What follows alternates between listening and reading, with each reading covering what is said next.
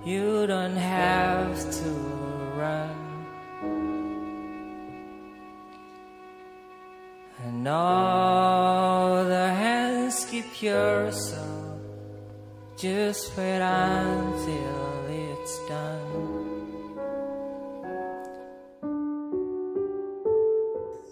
Awal mula perjalanan pendidikan Pak Asto bermula dari ketika ia bersekolah di salah satu SD negeri di Flores. Setelah dari jenjang sekolah dasar, ia melanjutkan pendidikannya ke SMP swasta yang dibina Suster SSPS. Ketika ia ingin melanjutkan ke jenjang SMA, ia sudah memilih sekolah negeri. Namun,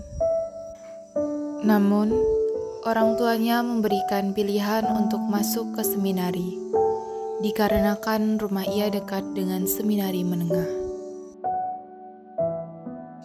Setelah lama waktu berjalan, akhirnya ia mengikuti pilihan dari kedua orang tuanya.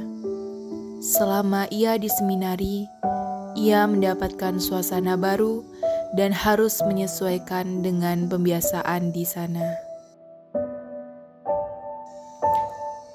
Tak terasa waktu berjalan begitu cepat. Saat mendekati akhir semester 4, hanya tersisa 2 orang dari 20 orang calon frater. Salah satunya adalah Pak Asto.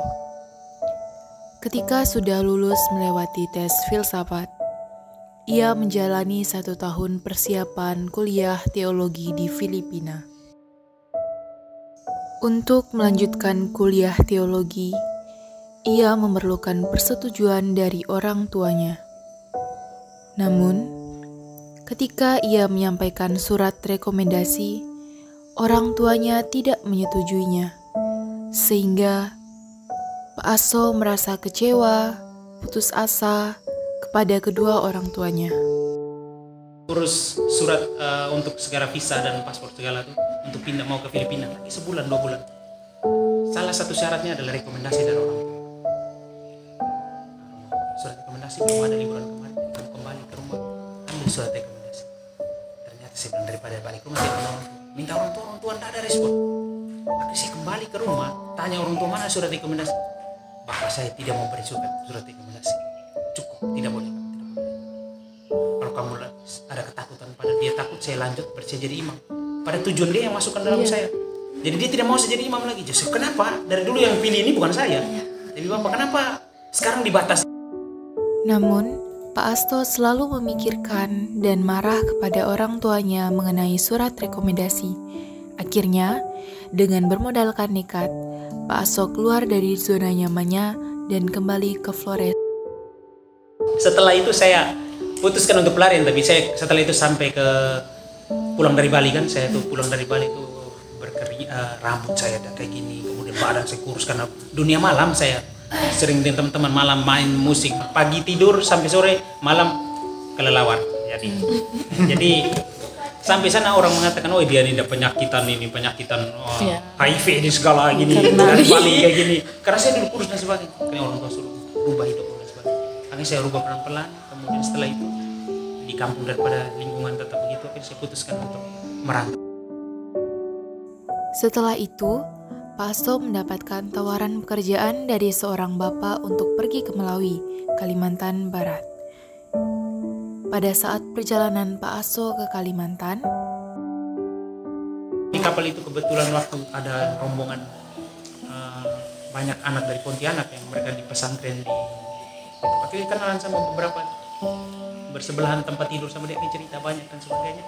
Kemudian pas mau turun kapal, saya kan bisa di kapal kan jalan-jalan ketemu sama satu keluarga yang orang dari Flores gitu. Oh ya mau kemana ya?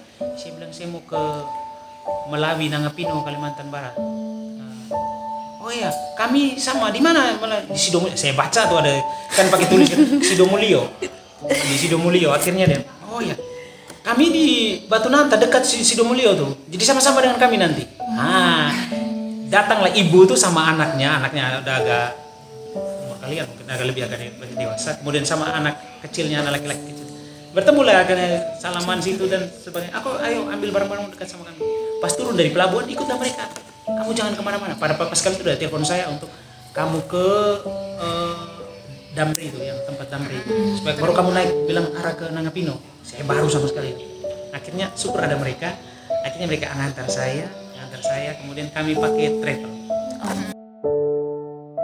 Setelah semua kejadian yang telah berlalu, Pak Asto akhirnya diterima di SMA Santa Maria.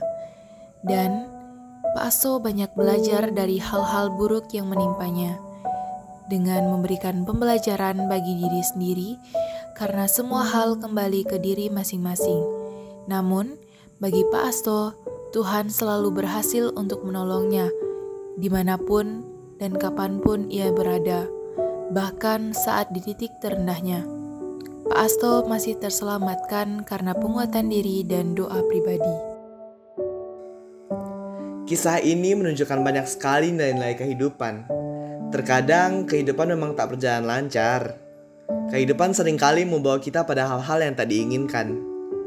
Namun, jika kita melihat dari berbagai sisi, dan tak hanya melihat dari hal-hal buruknya saja, terdapat banyak pelajaran berharga yang dapat dipetik untuk mengembangkan diri.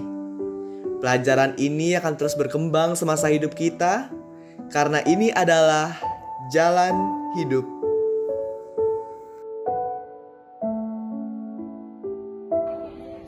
Hebat. Terbaik, Pendengar. Penyayang. Menyenangkan. Menginspirasi. Luar biasa.